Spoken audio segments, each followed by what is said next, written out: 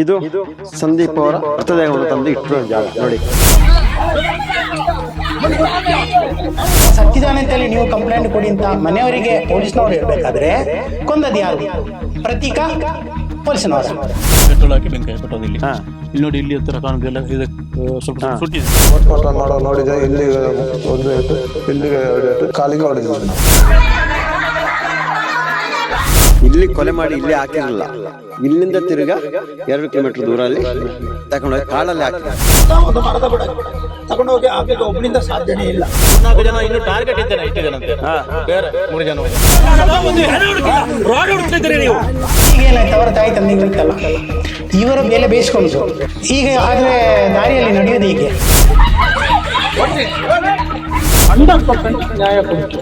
60-65 kg ಇರುವಂತ ಒಂದು ದೇಹವನ್ನು ಅವ ಎಂತ ವೈರಸ್ ಹಾಕಿ ಕುತ್ತಿಗೆಲೆ ಎಳ್ಕೊಂಡು ಹೋದಂತೆ. ಇದು ಯಾರು ನಂಬೇಕು?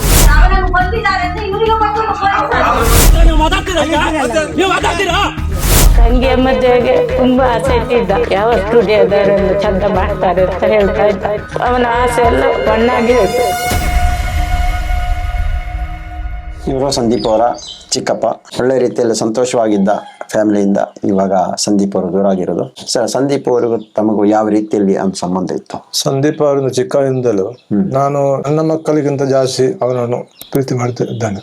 ನಾನು ಹೇಳಿದಾಗೆ ಎಲ್ಲ ನನ್ನೊಟ್ಟಿಗೆ ಯಾವ ಕೆಲಸ ಮಾಡುದು, ನನ್ನೊಟ್ಟಿಗೆ ಕೇಳದೆ ಯಾವ ಕೆಲಸವನ್ನು ಮಾಡುದಿಲ್ಲ.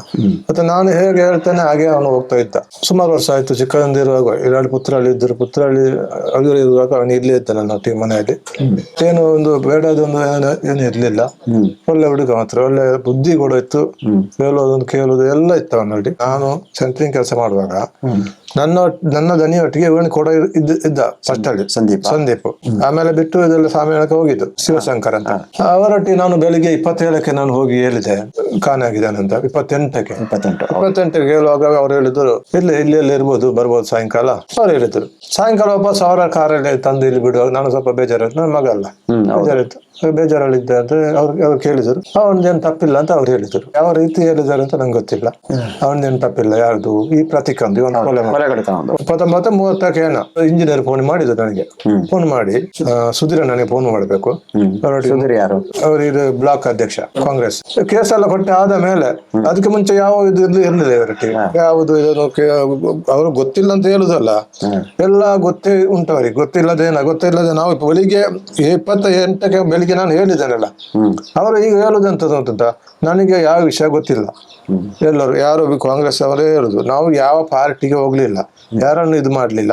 ನಾವು ನಮ್ಮ ಮಗ ಬೇಕಂತ ಹೇಳಿ ಯಾರು ಸಿಗ್ಲಿಲ್ಲ. ಅದಕ್ಕೆ ಬೇಕಾಗಿ ನಾವು ಪ್ರಸಾದನ್ನು ಕರ್ಕೊಂಡು ಹೋಗಿ ಅವರೊಟ್ಟಿಗೆ ಮಾತನಾಡಿಸಿ ಎಲ್ಲರೂ ಯಾರು ನಾವು ಒಂದು ಕೇಳುದಿಲ್ಲ. ಯಾರು ಪೊಲೀಸ್ ಅವರು ನಮ್ಮ ಮಾತನ್ನು ಕೇಳುದಿಲ್ಲ. ಅದೇ ಇವಾಗ ಠಾಣೆ ಹೋಗ್ಬೇಕಾದ್ರೆ ಹೇಳಿವಲ್ಲ, ಹಿಂದಿನಿಂದಲೂ ಹೇಳ್ತಾ ಇದ್ದೆ 2-3 ದಿವಸ ಹೋಗಿ ದುಡ್ಡು ಇರಬೇಕು, ರಾಜಕ್ಕೆ ಠಾಣೆ ಹೋಗ್ಬೇಕಾದ್ರೆ ಬಡವರಿಗೆ ಹೋಗ್ಲಿಕ್ಕಿಲ್ಲ. ಜನಸ್ನೇಹಿ ಠಾಣೆ ಅಂತ ಎಲ್ಲ ಕಡೆ ಮಾಡ್ತಾ ಇದ್ರೆ ಅದ ಹೆಸರು ಮಾತ್ರ. ಅವರಿಗೆ ಫೋನ್ ಮಾಡ್ಲಿಕ್ಕೆ ಹೇಳುದು ಸುಧಾರಣೆಗೆ. ನಾನು ಹೇಳಿದೆ ಫೋನ್ ಮಾಡಿದೆ ಅಂತ. ಕೇಸ್ ಕೊಟ್ಟಾದ ಮೇಲೆ ಕೇಸ್ ಕೊಟ್ಟಾಗಿದೆ, ಇನ್ನು ಮಾತಾಡ್ಲಿಕ್ಕೆ ಅವರಲ್ಲಿ ಅಂತ ಇಲ್ಲ ಅಂತ ಹೇಳಿ ನಾನು ಸುಮ್ಮನೆ ಇದ್ದೆ. ಮತ್ತೆ ಸ್ವಲ್ಪ ಹೊತ್ತಾಗ ಇವನು ತಮ್ಮ ಅಲ್ಲಿ ಹೋಗಿದ್ದ ರಾತ್ರಿಗೆ ಇಲ್ಲಿಗೆ ಸತೀಶ್ ಅಂತ. ಅವ್ರು ಹೇಳಿದ್ರು ಬಾರಿ ಸೀರಿಯಸ್ ಉಂಟಂತ. ಯಾರು ಸತೀಶ್ ಅನ್ನ ಹೇಳಿದ್ರು ಸೀರಿಯಸ್ ಆಗಿದೆ ಅಂತ ಅವ್ರು ಹೇಳಿದ್ರು. ಯಾರೊಟ್ಟಿಗೆ? ನನ್ನ ತಮ್ಮನೊಟ್ಟಿಗೆ. ಅವನು ಕೇಳಿ ಅವನು ಸೀದಾ ಬಂದ. ಮತ್ತೆ ನಾವೆಲ್ಲ ಹುಡುಕಾಡ್ಲಿಕ್ಕೆ ನಮ್ಮ ಹುಡುಗರೆಲ್ಲ ಇಲ್ಲಿ ಕುದ್ಮಾರ್ಗೆ ಹೋಗಿದರು. ಅಲ್ಲಿ ಹೋಗಿದಷ್ಟೇ. ನಮ್ಮ ಯಾರು ಹೋಗಿದ್ದಾರೆ ಅವರು 4 ಜನ ಹೋಗಿದ್ದಾರೆ. ಅವರನ್ನು ಫಸ್ಟ್ ಎನ್ಕ್ವೈರಿ ಮಾಡಿದ್ದೆ ಪೊಲೀಸ್ ಅವರು ಹೇಳಿದ್ದಾರೆ. ಅವರನ್ನು ಎನ್ಕ್ವೈರಿ ಮಾಡಿ ಅಂತ. ಅವ್ರು ನಮ್ಮ ಇದರಲ್ಲಿ ಹೋಗಿದ್ದು, ನಮ್ಮ ಅಂಡರಲ್ಲಿ ಹೋಗಿದ್ದು. ಊರಲ್ಲಿ ಎಲ್ಲ ಒಂದು 40-50 ಜನ ಹೋಗಿದ್ದೇವೆ ನಾವೆಲ್ಲ ಹುಡುಕಾಡ್ಲಿಕ್ಕೆ. ಅದನ್ನು ಕಾಂಗ್ರೆಸ್ ಬಿಜೆಪಿ ಎಲ್ಲ ಮಾಡಿ ಇದರ ರಾಜಕೀಯ ಉಂಟು ಅಂತ ಅವರೇ ಮಾತಾಡಿದ್ರು. ಮತ್ತೆ ಈ ಪಂಚಾಯತಿ ಅವರು ಒಂದೇ ಒಂದು ದಿವಸ ನಮ್ಮ ಇಲ್ಲಿಗೆ ಎಷ್ಟು ದಿವಸ ಆಯ್ತು ಬರ್ಲಿಲ್ಲ. ಯಾವುದು ಇದು ಏನು ಎಂತ ಹುಡುಕಾಡ್ಲಿಕ್ಕೆ ಆಗಲಿ ಹೇಗೆ ಉಂಟಂತ ಕೇಳಲಿಲ್ಲ, ಇದುವರೆಗೂ ಬರಲಿಲ್ಲ. ಅದೇ ಕಾರಣಕ್ಕೆ ನಾವು ಹೋಗಿ ಪಂಚಾಯತ್ ಎಲ್ಲ ವೆನವನ್ನು ಇಟ್ಟು ಪ್ರತಿಭಟನೆ ಮಾಡಿದ್ದೆವು, ಬೇರೆ ಯಾವ ಕಾರಣಕ್ಕೆ ಅಲ್ಲ. ಅವರಿಗೆ ಒಂದು ಸ್ವಲ್ಪ ಸ್ಮೆಲ್ ಬರ್ಲಿ, ಈ ತರ ಮಾಡಿದಾರಲ್ಲ, ಜನರು ಎಚ್ಚೆತ್ತುಕೊಳ್ತಾ ಇದ್ದಾರೆ. ಈ ತರ ಹೋದ್ರೆ ಆಗಲ್ಲ. ಹೌದಾ? ಒಳ್ಳೆ ವಿಷಯ, ಮಾಡೋದು ಒಳ್ಳೆ ವಿಷಯ. ಈ ತರ ಆಗ್ಬೇಕು, ಹಾಗಾದ್ರೆ ಮಾತ್ರ ಇದೆಲ್ಲ ಸರಿ ಆಗುದು. ಮತ್ತೆ ಒಂದು ಆಸೆ ಏನೆಲ್ಲ ಇತ್ತು? ತಂಗಿ ಒಂದು ಮದುವೆ ಮಾಡ್ಬೇಕು ಚಿಕ್ಕಪ್ಪ ನೊಟ್ಟಿಗೆ ಇದೊಂದು ಅಂಗಲ ಎಲ್ಲ ಒಂದ್ ಸ್ವಲ್ಪ ಅಗಲ ಮಾಡ್ಬೇಕು ಎಲ್ಲ. ಮತ್ತೆ ಒಂದು ಸುಮಾರು ಇದಿತ್ತು ಅವನ ಆಸೆ ಅಂತ ಗೊತ್ತುಂಟು. ಎಲ್ಲ ಗ್ರ್ಯಾಂಡ್ ಆಗಿ ಮಾಡುವ ಚಿಕ್ಕಪ್ಪ, ಎಂತ ಬೇಕು ಎಲ್ಲ ಮಾತಾಡಿ ನೀವು ಎಲ್ಲ ನೀವೇ ಮಾಡಿ ಎಲ್ಲ. ನಂತರ ನನ್ನ ಮಗ ಮನೇಲಿ ಹೇಳಿ ಅವನು ಬರ್ಲಿ, ಅವನು ಬರುವ ಕಾಯುವ, ಆಮೇಲೆ ಎಲ್ಲ ಕಾರ್ಯಕ್ರಮ ಮಾಡುವ ಎಲ್ಲ ಆಸೆ ಇತ್ತು. ಮತ್ತೆ ಹಿಂದಿಗಡೆ ಎಲ್ಲ ಸ್ವಲ್ಪ ತೆಂಗಿನ ಗಿಡ ನಟ್ಟು ದೊಡ್ಡ ಮಾಡಿ ಎಂತ ಇಲ್ಲ ಇವರಿಗೆ ಪಾಪದವರು ಎಲ್ಲ ಕೆಲಸ. ಅವನು ಕಾಲು ಕೂಡ ಅವತ್ತು ಆಕ್ಸಿಡೆಂಟ್ ಆಗಿ ಕಟ್ಟಾಗಿತ್ತು. ಮತ್ತೆ ಸುಮಾರು ಆಸೆ ಇತ್ತು ಅವನಲ್ಲಿ ಪಾಪ. ತಮ್ಮ ಪ್ರಕಾರ ಯಾವ ಉದ್ದೇಶಕ್ಕೋಸ್ಕರ ಅವನು ಕೊಲೆ ಮಾಡಿರ್ಬೋದು? ಅವಾಗ ಹಣಕ್ಕೆ ಬೇಕಾಗಿ ಅಲ್ಲ, ಕೆಲವರು ಹೇಳ್ತಾರೆ ಹಣಕ್ಕೆ ಬೇಕಾಗಿ ಇಷ್ಟು ಕೊಲೆ ಮಾಡಿದ್ದ. ಅವ್ನು ಬೇರೆ ಏನೋ ಕಾರಣ ಉಂಟದ್ರಲ್ಲಿ. ಅವನು ಫುಲ್ ಬಾಯಿ ಬಿಡಿಸಿದರೆ ಅವನು ಹೇಳ್ತಾನೆ, ಯಾರು ಈ ಪ್ರತೀಕ್ ಎಂಬ ಆರೋಪಿ, ಅವನು ಬಾಯಿ ಬಿಡಿಸಲೇಬೇಕು. ಹಣಕ್ಕೆ 80,000 ಅವನಲ್ಲಿ ಈಗ 2-3-4 ಗಾಡಿ ಇಟ್ಟು ಒಂದೇ ಸೇಲ್ ಮಾಡಿದರೆ ಹೋಯ್ತಲ್ಲ, ಕೊಡ್ಬೋದಲ್ಲ ಇವನಿಗೆ. ಈ ಹಣ 80,000 ಎಲ್ಲಿ ಎಲ್ಲ ಸುಮ್ಮನೆ ಹೇಳುದು. ಮತ್ತೆ ಅವನಿಗೆ ಎಲ್ಲ ಉಂಟು, ಗಾಂಜಾದುಂಟು, ಎಲ್ಲ ವಹಿವಾಟು ಉಂಟು. ಅವನು ಮಾನಸಿಕ ಒಂದು ಸರ್ಟಿಫಿಕೇಟ್ ಮಾಡಿ ಕೊಟ್ಟಿದ್ದಾರೆ. ಮಾನಸಿಕ ಸರ್ಟಿಫಿಕೇಟ್ ಮಾಡಿ ಕೊಡುವಾಗ ಅವನಿಗೆ ಡ್ರೈವಿಂಗ್ ಲೈಸೆನ್ಸ್ ಕೊಡ್ಲಿಕ್ಕಿಲ್ಲ ಮೈನ್ ಆಗಿ. ಮತ್ತೆ ಅವನಿಗೆ 2-3 ಗಾಡಿ ಉಂಟು. ಯಾವ ರೀತಿ ಕೊಟ್ಟಿದ್ದಾರೆ ಅವನಿಗೆ ಮಾನಸಿಕ ಅವನಿಗೆ? ಅದೆಲ್ಲ ಖಂಡನೆ ಮಾಡ್ಬೇಕು ನಾವು. ಅದು ಇವಾಗ ಲೈಸೆನ್ಸ್ ತಗೊಳ್ಳುವಾಗ ಮಾನಸಿಕ ಅಂತ ತೋರಿಸಲ್ಲ, ಇಂತಹ ಪ್ರಕರಣ ಆದ ನಂತರ ಮಾನಸಿಕ ಅಂತ ತೋರಿಸ್ತಾರೆ. ಅದನ್ನು ಪೊಲೀಸರು ಎತ್ತಿಡ್ಬೇಕು, ಈ ವಿಷಯ ಎತ್ತಿಡು ತೋರಿಸ್ಬೇಕು. ಯಾವ ರೀತಿಯಲ್ಲಿ ಮಾನಸಿಕ ಆದ್ರೆ ಗಾಡಿ ಓಡಿಸ್ಲಿಕ್ಕೆ ಆಗಲ್ವಾ? ಗಾಡಿ ಅಲ್ಲೂ ತಗೊಂಡು ಗುದ್ತಾ ಇರ್ಬೇಕಲ್ಲವಾ? ಅದಕ್ಕೆ ಪೊಲೀಸರು ಎತ್ತಿಡ್ಬೇಕು, ಆಗಬೇಕು. ಒಂದಲ್ಲ ಇಲ್ಲಿ ನೆಟ್ಟಣದಲ್ಲಿ ಒಂದು ಹುಡುಗಿಯನ್ನು ರೇಪ್ ಮಾಡಿದ್ದಾನೆ, ಮತ್ತೆ ಒಂದು ಗಾಡಿ ಕದ್ದಿದ್ದಾನೆ. ರೇಪ್ ಮಾಡಿರೋದು ಕೇಸ್ ಆಗಿದೆಯಾ? ಕೇಸ್ ಆಗಿದೆ, ಅದೆಲ್ಲ ಏನು ಕಂಪ್ಲೇಂಟ್ ಕ್ಲೋಸ್ ಆಗಿದೆ. ಹೌದು, ಆ ತರ ಆಗಿದೆ. ಮತ್ತೆ ಅವನು ಗಾಡಿ ಒಂದು ಪಿಕಪ್ ಏನಲ್ಲಿ ಮಂಗಳೂರು ಪುತ್ತೂರಿಂದ ಎಲ್ಲ ಕತ್ಕೊಂಡು ಬಂದಿದ್ದಾನೆ. ಎಲ್ಲ ಮುಚ್ಚಿಮರೆ ಆಗಿದೆ ಪೊಲೀಸರ ಕಡೆಯಿಂದ. ಪೊಲೀಸರಿಗೆ ಗೊತ್ತುಂಟದು, ಎಲ್ಲ ಮುಚ್ಚಾಕ್ತಾರೆ. ಹೌದು, ಇದೇ ನಮ್ಮ ವ್ಯವಸ್ಥೆ ಈ ತರ ಆಗ್ತಾ ಇದೆ. ನಮ್ಮ ಜನರು ಎಚ್ಚೆತ್ತುಕೊಂಡ್ರೆ ಮಾತ್ರ ಉಳಿಗಾಲ ಇದೆ. ಇಲ್ಲ ರಾಜ್ಯಕರಿಂದ ದುಡ್ಡಿನಿಂದ ಈ ರೀತಿಯಲ್ಲಿ ಹೋದ್ರೆ ಮುಂದಿನ ದಿನಗಳಲ್ಲಿ ಬಡವರಿಗೆ ಬದುಕಲಿಗೆ ತುಂಬಾ ಕಷ್ಟ ಇದೆ. ಇದನ್ನ ನಾನು ಅವತ್ತಿಂದ ಇವತ್ತು ಹೇಳ್ತಲೇ ಇದ್ದೀನಿ. ನಾವು ಅದಕ್ಕೋಸ್ಕರ ಬಡವರಂತ ಇವಾಗ ಕಷ್ಟ ಇದೆ, ಅದಕ್ಕೋಸ್ಕರ ನಾವು ಇಲ್ಲಿ ಬಂದಿರೋದು ಏನೋ ಗೊತ್ತಾಗಬೇಕಲ್ಲ, ಜನರಿಗೂ ತಿಳಿಸ್ಬೇಕಲ್ಲ. ಇದು ಇಲ್ಲಿಂದ ಇಲ್ಲಿ ಮುಗಿದೋಗ್ಬಾರ್ದು. ಕೆಲವರು ಒಂದು ಸುದ್ದಿ ಮಾಡ್ತಾರೆ, ಅಲ್ಲಿಗೆ ಮುಗೀತು, ಅದಾಗಬಾರ್ದು. ಪ್ರತಿಯೊಬ್ಬರು ಅಧಿಕಾರಿಗಳು ಎಚ್ಚೆತ್ಕೊಳ್ಬೇಕು, ಜನರು ಎಚ್ಚೆತ್ಕೊಳ್ಬೇಕು.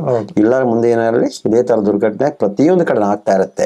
ಇವಾಗ ತನಿಖೆ ಯಾವ ಹಂತಕ್ಕೆ ನಡೀತೆ? ನಿಮ್ಗೆ ತಮಗೆ ಏನೋ ಮಾಹಿತಿ ಮಾಹಿತಿ ಇಲ್ಲ ಸರ್. ಅವರನ್ನು 5 ದಿವಸ ಕಸ್ಟಡಿಗೆ ಒಮ್ಮೆ ಕೋರ್ಟಿಗೆ ಹಾಜರುಪಡಿಸಿ ವಾಪಸ್ 5 ದಿವಸ ಅಲ್ಲಿ ಕಸ್ಟಡಿ ತಗೊಂಡಿದ್ದಾರೆ. ಅದೇ ಎನ್ಕ್ವೈರಿ ಮಾಡಿದಷ್ಟೇ, ಅವನು ಹೇಳುದಷ್ಟೇ, ಒಬ್ಬನಿದ್ದದನ್ನು ಎಲ್ಲ ಸಲಾಂ ಹಾಜರೆಲ್ಲ ಮಾಡಿ ಎಲ್ಲ ತೋರಿಸಿದ್ದಾನೆ ಅಷ್ಟೇ, ಬೇರೆ ಏನು ನಮಗೆ ಮಾಹಿತಿ ಇಲ್ಲ. ಮತ್ತೆ ಅವನು ಹೇಳ್ತಾನೆ ಇನ್ನೂ 3 ಜನ ಇದ್ದಾರೆ ಯಾರನ್ನು ಕೊಲ್ಲಿಕ್ಕೆ. ಅವನು ಹೇಳ್ತಾನೆ, ಯಾರು ಈ ಆರೋಪಿ ಹೇಳ್ತಾನೆ ಇನ್ನೂ 3 ಜನ ಇದ್ದಾರೆ. ಅವನ ಬಾಯಿಂದಲೇ ಕೇಳಿದವರು ಇದ್ದಾರೆ, 3 ಜನ ಇಲ್ಲಿ ಅವರನ್ನು ಕೊಲ್ಲಿಕ್ಕೆ ಉಂಟು ಅಂತ ಹೇಳ್ತಾನೆ. ಯಾರಂತ ನಮಗೆ ಗೊತ್ತಿಲ್ಲ. ಅದನ್ನು ಇಲಾಖೆ ತನಿಖೆ ಮಾಡಿ ತನಿಖೆ ತಗೊಳ್ಬೇಕು ಯಾರಂತ. 3 ಜನ ಅಂತ ಇದ್ರೆ ಅಲ್ವಾ? ಠಾಣೆಗೆ ಯಾವ್ದು ಕರೆದಿಲ್ಲ ನಮ್ಗೆ, ಯಾವ್ದು ಕಾರಣಕ್ಕೂ ಕರಲಿ. ಸರ್ಕಲ್ ಇನ್ಸ್ಪೆಕ್ಟರ್ ಮತ್ತೆ DSP ಮಟ್ಟಕ್ಕೆ ತನಿಖೆ ಆಗ್ತಾ ಇದೆ ಅಂತ ಹೇಳ್ತಾ ಇದಾರೆ. ಕಡಬಲ್ಲಿ ಇಲ್ಲ ಅಂತ ಹೇಳ್ತಾ ಇದಾರೆ. ಕಡಬಲ್ಲಿ ಇವಾಗ ಅವರ ಮೇಲೆ ಆರೋಪ ಮಾಡಿದ್ವಲ್ಲ, ಅವರೇ ದೂರ ತಗೊಂಡಿಲ್ವಲ್ಲ, ಅವಾಗ ಅವರಿಗೆ ತನಿಖೆ ಕೊಡ್ಲಿಕ್ಕೆ ಇಲ್ಲ ಅದು. ಅದಕ್ಕೆ ಉನ್ನತ ಮಟ್ಟ ತನಿಖೆ ಆಗ್ಲೇಬೇಕು. ಆಗ್ಬೋದು, ನೋಡೋಣ. ಒಳ್ಳೆ SP ಅವರೆಲ್ಲ ಇದ್ದಾರೆ, DSP ಒಳ್ಳೆ ಮಾಹಿತಿ ಎಲ್ಲ ಕೊಟ್ಟಿದ್ದಾರೆ, ಮಾಡ್ತೀವಿ ಅಂತ ಮಾಡ್ಲಿ. ಅದು ಅಲ್ಲ, ಈ ಒಂದು ವಿಷಯದಲ್ಲಿ ಇವಾಗ ಇಲ್ಲಿ ಗಾಂಜಾ ಮುಕ್ತ ಸಮಾಜ ಕಟ್ಟೋಣ ಅಂತ ದರ್ಶನ ಮಾಡ್ಬೇಕಂತ ಒಂದು ಪ್ರತಿಜ್ಞೆ ಮಾಡಿ ಆ ಒಂದು ನಿಟ್ಟಿನಲ್ಲಿ ಕೆಲಸ ಮಾಡ್ತಾ ಇದ್ದಾರೆ. ನಾವ್ ಈ ಮೂಲಕ ಹೇಳ್ತಾ ಇರೋ ನೋಡಿ, ಇದೊಂದು ಕೊಲೆ ಆಗಿದೆ, ಒಂದು ಕಡೆಯಿಂದ ಗಾಂಜಾ ಅಂತ ಹೇಳ್ತಾ ಇದ್ದಾರೆ. ಆಯ್ತು, ಇನ್ನೊಂದು ಕೊಲೆ ಆಗದಂಗೆ ಇಲಾಖೆಯವರು ಎಚ್ಚೆತ್ಕೊಳ್ಬೇಕು, ಅಧಿಕಾರಿ ಮತ್ತೆ ಎಲ್ಲ ಕಡೆ ಇದರಿಂದ ಅವೇರ್ನೆಸ್ ಆಗಬೇಕು. ಗಾಂಜಾದ ಆಗಿರೋದು ಹೌದು ಅಲ್ವಾ, ಅದನ್ನ ಅವೇರ್ನೆಸ್ ಕೊಡ್ಬೇಕು. ಯಾವ ರೀತಿಯಲ್ಲಿ ಶಾಲೆಗಳಲ್ಲಿ ಹಾಲಾಗಿದ್ದು ಅವನಿಂದಲೇ. ಅವಾಗ ಪೊಲೀಸರು ಹೇಳುದು ಇವನಿಂದ ಅವನು ಹಾಲಾಗಿದೆ ಅಂತ, ಅವನಿಂದಲೇ ಹಾಲಾಗಿದೆ. ಎಲ್ಲರೂ ಹೇಳ್ತಾರೆ, ನಾವು ನೋಡಿದ್ದೇವೆ ಅವನನ್ನು. ಇವತ್ತಿಂದ ಬಾಳ ವರ್ಷ ಆಯ್ತು ಅವನು ನಾವು ನೋಡುದು. ಅವನು ಅಣ್ಣನನ್ನೇ ಬಾಟ್ಲಿಯಲ್ಲಿ ಬಿಯರ್ ಬಾಟ್ಲಿಯಲ್ಲಿ ಹೊಡೆದು ಹೊಡಿ ಹಾಕಿ ಇಲ್ಲಿ ಕೂತಿದ್ದಾನೆ ಹೊಟ್ಟೆಗೆಲ್ಲ. ಆಮೇಲೆ ಅನ್ನ ಕೂಡ ಸ್ವಲ್ಪ ಹುಷಾರಾದ. ಮತ್ತೆ ಅವನು ಯಾವ ರೀತಿ ಸತ್ತ ಅಂತ ನಮಗೆ ಗೊತ್ತಿಲ್ಲ. ಅವನು ಕೊಲೆ ಮಾಡಿದ್ದಾನೆ, ಅದು ಅನ್ನನನ್ನು ಕೊಲೆ ಮಾಡುವ ಹೋಗ್ಬೋದು. ಇಂಥ ಏನ್ ಬೇಕಾದ್ರೆ ಮಾಡ್ಬೋದು, ಮಾನಸಿಕ ಅಲ್ಲ, ಒಟ್ಟಿಗೆ ಇರುವಂತಾನೆ ಮಾಡಿರೋದು ಇದು. ಏನ್ ಬೇಕಾದ್ರೆ ಮಾಡ್ಬೋದು. ತನಿಖೆ ಮಾಡಿ ಸತ್ಯ ಅಲ್ಲ, ನಿಷ್ಠಾವಂತ ಪೊಲೀಸ್ ಅಧಿಕಾರಿಯವರು ತನಿಖೆ ಮಾಡಿದ್ರೆ 100% ಎಲ್ಲವನ್ನು ಬಾಯಿ ಬಿಡಿಸ್ಬೋದು. ಅದು ಯಾವ ಕಾರಣಕ್ಕೂ ಒಂದು ಹಣದ ವಿಷಯ ಅಲ್ಲ, ಬೇರೆ ಏನೋ ವಿಷಯ ಗೊತ್ತುಂಟು. ಇವನು ಹೇಳ್ತಾನೆ ಅಂತ ನನ್ನ ವಿಷಯ ಗುಟ್ಟಲ್ಲಿ ಇರ್ಬೋದು. ಇವನು ಇಲ್ಲ ಸತ್ತಾಗ ಇವನು ಹೇಳ್ಬೋದು ಅಂತ ಹೇಳಿ ಇವನನ್ನು ಕೊಂದ ಯಾವ ರೀತಿ ನಮಗೆ ಗೊತ್ತಿಲ್ಲ. ಖಾಲಿ 80,000 ಅಲ್ಲ ಅಂತ ನಮಗೆ ಬರ್ತಾ ಉಂಟು. ಅದ ಮೊಬೈಲ್ ಅಲ್ಲಿ ಏನಾದ್ರು ವಿಷಯ ಇತ್ತು ಅದಕ್ಕೆ ಮೊಬೈಲ್ ಬಿಸಾಕಿರೋದು? ಹೌದು, ಅದರಲ್ಲಿ ಏನೋ ವಿಷಯ ಇತ್ತು ಅಂತ ನಮಗೆ ಗೊತ್ತಿಲ್ಲ, ತಿಳಿದಿಲ್ಲ. ಅದಕ್ಕೆ ತಾನೇ ಅಲ್ಲಿ ಬಿಸಾಕಿರೋ ಜಾಗ ತೋರಿಸ್ತಾ ಇಲ್ಲ, ಮೊಬೈಲ್ ಅಲ್ಲೆಲ್ಲ ಹುಡುಕಿರೋ ಸಿಗ್ಲ್ವಲ್ಲ, ಹುಡುಕ್ಬೇಕು ತಾನೆ ಅವಾಗ ಎಲ್ಲಿ ಬಿಸಾಕಿರೋ ಅಂತ ಹುಡುಕ್ಬೇಕು ತಾನೆ, ತಾನೆ ಅದು ಮೊಬೈಲ್ ಸರ್ ಅಲ್ಲಿ ಬಿಸಾಡಿದಲ್ಲ. 11ವರೆಗೆ ಇಲ್ಲಿ ಬಿಲಿನೆಲೆ ಲೊಕೇಶನ್ ತೋರಿಸಿದೆ ಅಂತ ಯಾರು ಪೊಲೀಸವರು ಹೇಳಿದರು. ಟ್ರ್ಯಾಕ್ ಮಾಡುವಾಗ ಬಿಲಿನೆಲೆಯಲ್ಲಿ ಮೊಬೈಲ್ ಟ್ರ್ಯಾಕ್ ಆಗಿದೆ 11 ರಾತ್ರಿಗೆ.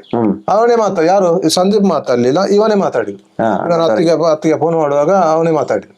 ಯಾರು ಈ ಪ್ರತೀಕ. ಸಂದೀಪ್ ಬರ್ತಾನೆ, ಎಷ್ಟೊತ್ತಿಗೆ ಬರ್ಬೋದು, ಅವ್ನು ಬರ್ತಾನೆ ಮತ್ತೆ ಸ್ವಲ್ಪ ಹೊತ್ತು ಆಗುವಂತ ಇವ್ರೊಟ್ಟಿಗೆ ಹೇಳಿದ್ದಾರೆ, ರಾತ್ರಿಗೆ ಒಟ್ಟಿಗೆ. ಇವಾಗ ತನಿಖೆಯಲ್ಲಿ ಇವಾಗ ಇಲಾಖೆಯವರು ತಮಗೆ ಯಾವತ್ತು ಕೊಲೆ ಆಗಿದೆ ಅಂತ ಹೇಳ್ತಾ ಇದ್ದಾರೆ. ತನಿಖೆಯಲ್ಲಿ ಅವರು ಹೇಳುದು ಏನು ಹೇಳಿಲ್ಲ, ಅಂತೂ ಕೊಲೆ ಆಗಿದ್ದು ಅದೇ ದಿವಸ, ಯಾವ್ದು 27ಕ್ಕೆ ರಾತ್ರಿ ಆಗಿರೋದು. ಆ ದಿವಸ ಮತ್ತೆ ಸ್ವಿಚ್ ಆಫ್ ಮೊಬೈಲ್. ನಾವು ಕೂಡ ಬೆಳಿಗ್ಗೆಯಿಂದ ಸಾಯಂಕಾಲವರೆಗೆ 3-4 ದಿವಸ ಫೋನ್ ಮಾಡ್ತಾ ಇದ್ದೆ, ಫೋನ್ ಸ್ವಿಚ್ ಆಫ್. ಅದೇ ದಿವಸ 27ಕ್ಕೆ ರಾತ್ರಿ ಕೊಲೆ ಮಾಡಿದ್ರು.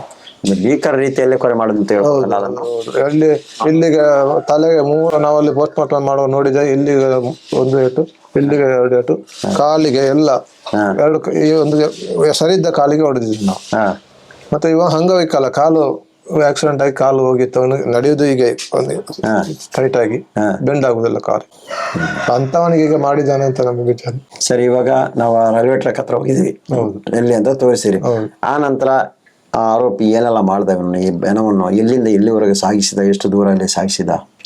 ಅದೇ ಪೊಲೀಸ್ ಅವರೊಟ್ಟಿಗೆ ಅವನೇ ಹೇಳಿದ್ದು, ನಾನು ಇಲ್ಲಿಂದ ಇಲ್ಲಿ ಕೊಂದದ್ದು, ಇಲ್ಲಿ ನೆಟ್ಟನ ರೈಲ್ವೆ ಸ್ಟೇಷನ್ ಹತ್ರ ಕೊಂದು ತಗೊಂಡೋಗಿ ನಾರಾಡ್ಕದಲ್ಲಿ ಕಾಡಲ್ಲಿ ಹಾಕಿ ಪೆಟ್ರೋಲ್ ಹಾಕಿ ಸುಟ್ಟಿದ್ದಾನೆ. ಸುಟ್ಟಿದಲ್ಲಿ ನಾವು ನೋಡಿದ್ದೇವೆ, ಕಾಣ್ತದೆ. ಅಲ್ಲಿಂದ ಅವನು ಹೇಳ್ತಾನೆ ಇಲ್ಲಿಂದ ಎಲ್ಕೊಂಡು ಹೋಗಿದಂತ. ಎಲ್ಕೊಂಡು ಹೋಗ್ಲಿಕ್ಕೆ ಅವನಿಂದ ಸಾಧ್ಯ ಇಲ್ಲ. ಅಲ್ಲಿಂದ ಇಲ್ಲಿ ಕಾರಿಂದಲೇ ತಗೊಂಡು ಹೋಗ್ಲಿಕ್ಕೆ ಜನ ಬೇಕು. ಅಷ್ಟು ಭಾರ ಇದ್ದಾನೆ, 65 kg. ನಾವು ತಗೊಂಡು ಒಂದು ಹೆಣವನ್ನು ಬಾಕಿ ಗೋಣಿ ಚೀಲ ತಗೊಂಡು ಹೋಗ್ಬೋದು, ಇದನ್ನು ತಗೊಂಡು ಹೋಗ್ಲಿಕ್ಕೆ ಕಷ್ಟ. 4 ಜನ 6 ಜನ ತಗೊಂಡು ಹೋಗ್ಲಿಕ್ಕೆ ನಾವು ಸತ್ತ ಹೆಣವನ್ನು ಬಾರಿ ಕಷ್ಟ.